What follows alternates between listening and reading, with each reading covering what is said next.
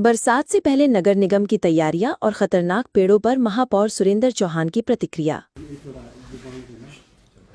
Mayor साहब, जिस तरह से बरसात का सीज़न शुरू होने वाला है तो शिमला शहर में काफ़ी खतरनाक पेड़ भी हैं, सूखे पेड़ भी हैं, कितने ऐसे हैं और आपने दौरा भी करना था और कब तक जो है उनको काटा जाएगा?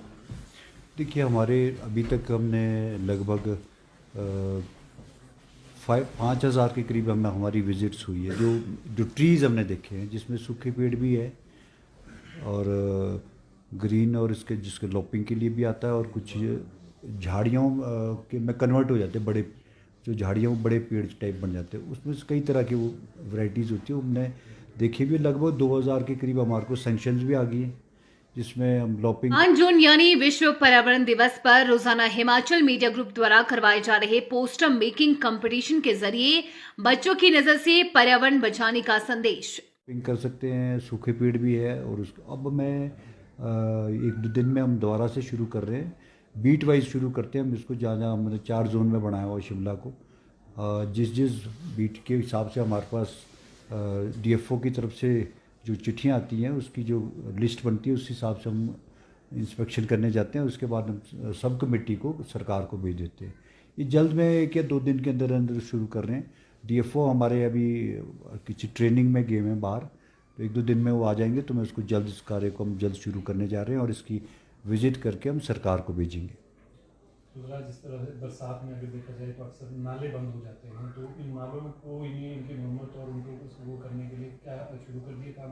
नहीं, बिल्कुल ये नालों का, और एक तो हमारा मैंने पीडब्ल्यूडी को भी निर्देश दिए हैं, सीपीडब्ल्यूडी को भी, और आपका हमारा जो नेशनल हाईवेज़ है और नगर निगम, ये अलग अलग नाले कलवर्ट्स जिन जिन की ज़मीन है, जिसके लैंड पे जो देखते हैं सड़कों को, उनको मैंने सबको ये कहा है कि आप अपने नाले और कलवर्ट्स को जो ब्लॉक पड़े हुए हैं उनको आपको ये खोलना पड़ेगा जल्दी से जल्दी।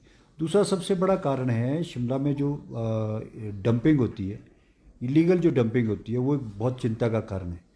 बहुत जिसको लेकर के हमारे नाले बंद होते हैं, ब्लॉक होते हैं। उसके पीछे जो है फॉरेस्ट डिपार्टमेंट का एक मैंने कड़ा संज्ञान भी लिया है। इसमें मैंने कहा है कि आपको ये जो डंपिंग होती है, इलीगल डंपिंग जो होती है, उसको आपको जल्द से जल्द, इसको आपका सुपरविजन कोई नहीं होता, फ्लाइंग स्क्वाड कोई नहीं बने हुए, रात के समय में डंपिंग होती है, कोई पूछने वाला नहीं होता। तो इसको जब हमने नगर निगम की तरफ से एक अपने बरियाल में हमने साइट दे रखी है, तो उसमें वहाँ पर डंपिंग साइट बना रखी है, तो उसको वहाँ डालना पड़ेगा।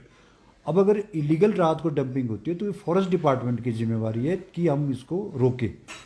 उसी संदर्भ में मैंने इनको सीसीएफ को भी चिट्ठी लिखी है, और मैं खुद पर्सनली भी वहाँ जाना चाह रहा हूँ, उनसे मिलना चाहता हूँ कि आप इसको इलीगल जो डंपिंग है, क्योंकि शिमला का जो जंगल है सराउंडिंग में आप जगह जगह मिट्टी मलबा देखेंगे, तो ये उसको रोकने के लिए बहुत ज़रूरी है। तो इस पर भी हम काम कर रहे हैं। और नालों को, कलवर्ट्स को क्लीनिंग करना, उसकी जो डंपिंग है या उसमें बंद मिट्टी पड़ी हुई है, नाले बंद है, कलवर्ट्स बंद है, उसको भी हम जल्द सारे खोलने के निर्देश मैंने सभी डिपार्टमेंट्स को दिए हैं।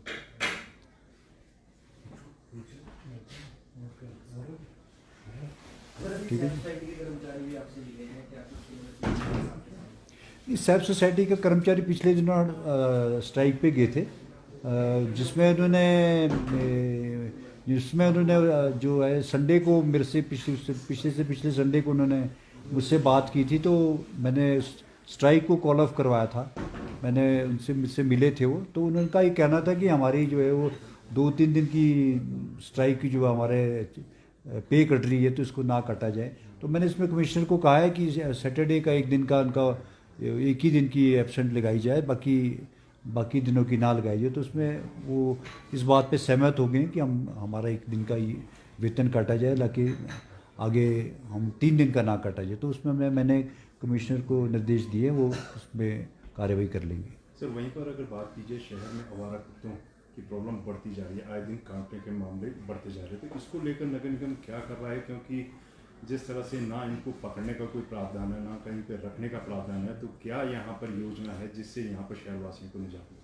नहीं, देखिए, हमारे पिछले हाउस में भी और उससे पीछे भी, उसके बाद हाउस के बाद भी हमारी जो हमारे एनजीओज़ हैं शिमला में, बहुत सारे एनजीओज़ हैं, जो उनको भी हमने बुलाया था। कमिश्नर को मैंने निर्देश दिए थे कि आपको एक बैठक करके सबको बुलाना भी है और सबसे बात भी करनी है। जो हमारी अपना काम है उसके एक तो हमारा डॉक्टर भी आ गया है, डॉक्टर राहुल रॉय उसने ज्वाइन कर लिया है, और एक हम स्टेरलाइज को की तरफ जो जा ही रहे हैं। हमने 2 महीने के अंदर अंदर पूरे शहर में जितने भी डॉग्स हैं उनको स्टेरलाइज करने का हमारा एक हमने उद्देश्य उसको एक प्लान बनाया है, जिसको हम जो है जल्द से जल्द पूरा करेंगे। इसके अलावा मैंने हमारे पास टूटी कंडी में एक डॉग हट था, डॉग हट को उसको हमने खोला है दोबारा से, उसके रिपेयर करके उसके घास घूस सारी झाड़ियाँ मेरा साफ़ करके। मेरा ये कहना है कि माननीय उच्च न्यायालय में भी जैसे ये बहुत सारे मामले पेंडिंग पड़े हुए, तो लीगली भी मैं इसमें चाहता हूँ कि हम अगर उसको करना चाहें तो उसको हमने खोला है। जैसे बहुत ज़्यादा जो डॉग जो है बहुत काटने वाले होते हैं, उसका बिहेवियर उसका चेंज हो रहा है, तो उसको जो इनका NGOs हैं जिस तरह से उन्होंने स्टडीज़ की है, जिसमें उन्होंने बातें की है कुछ, तो उसको हमने वहाँ पर भी हम रख सकते हैं। अगर हमको कोर्ट से भी ऐसे आदेश मिले या निर्देश मिले तो हमको उसको किया जा सकता है।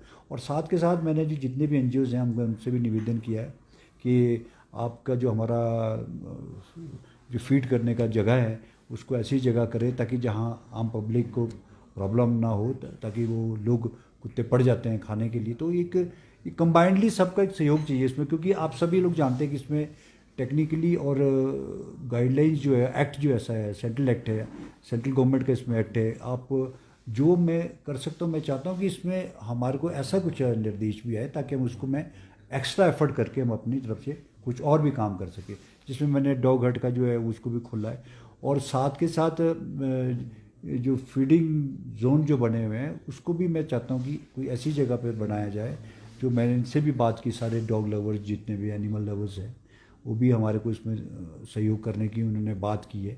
और साथ साथ ही जो 2 महीने के अंदर अंदर में सभी डॉग्स को हम स्टेरलाइज कर देंगे।